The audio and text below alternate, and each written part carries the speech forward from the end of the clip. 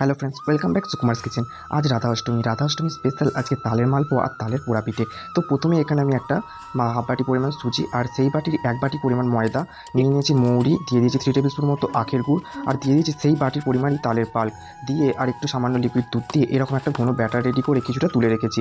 তারপর বাদবাকি ব্যাটারটার মধ্যে পরিমাণ মতো জল দিয়ে এরকম থিকনেসের একটা ব্যাটার রেডি করে নিয়েছি মালপোয়ার জন্য। তারপর বাদবাকি ব্যাটারটা নিয়ে তার মধ্যে বেকিং পাউডার গাওয়া গিয়ে 1 টেবিল স্পুন দিয়ে দিয়েছি, 1 টেবিল স্পুন 2 টেবিল স্পুন মতো ময়দা, আর দিয়ে দিয়েছি 2 টেবিল স্পুন তালের পাল্প দিয়ে ভালো করে মিশিয়ে নিয়ে তার মধ্যে 3 টেবিল স্পুন মতো দিয়ে দিয়েছি নারকেল কোড়া দিয়ে এরকম একটা মোটা বা ঘন ব্যাটার রেডি করেছি। তারপর একটা কলা পাতা নিয়েছি, প্যানের মধ্যে ঘি মাখিয়ে নিয়ে তার মধ্যে ব্যাটারটা দিয়ে কাজু কিশমিশ দিয়ে কলা পাতা দিয়ে ঢাকা দিয়ে রেখে দিয়েছি 20 মিনিট মতো। তারপর 20 মিনিট পর ঢাকা খুলে দেখে নিলাম এটা পুরোপুরি রেডি। তারপর নামিয়ে নিলাম। এবার অপর দিকে আগে থাকতে আমি তেল গরম করতে দিয়েছিলাম, সেই তেলের মধ্যে কিন্তু এবার মালপোয়ার ব্যাটারটা এইভাবে সামান্য পরিমাণ দিয়ে ভেজে রেডি করে নিচ্ছি তালের মালপোয়াগুলো। এগুলো কিন্তু লো টু মিডিয়াম ফ্লেমে করতে হবে, কারণ তালের জিনিস পুড়ে গেলে তিতা লাগবে। তো এইভাবে রেডি হয়ে গেল তালের মালপোয়া আর পোড়া পিঠে।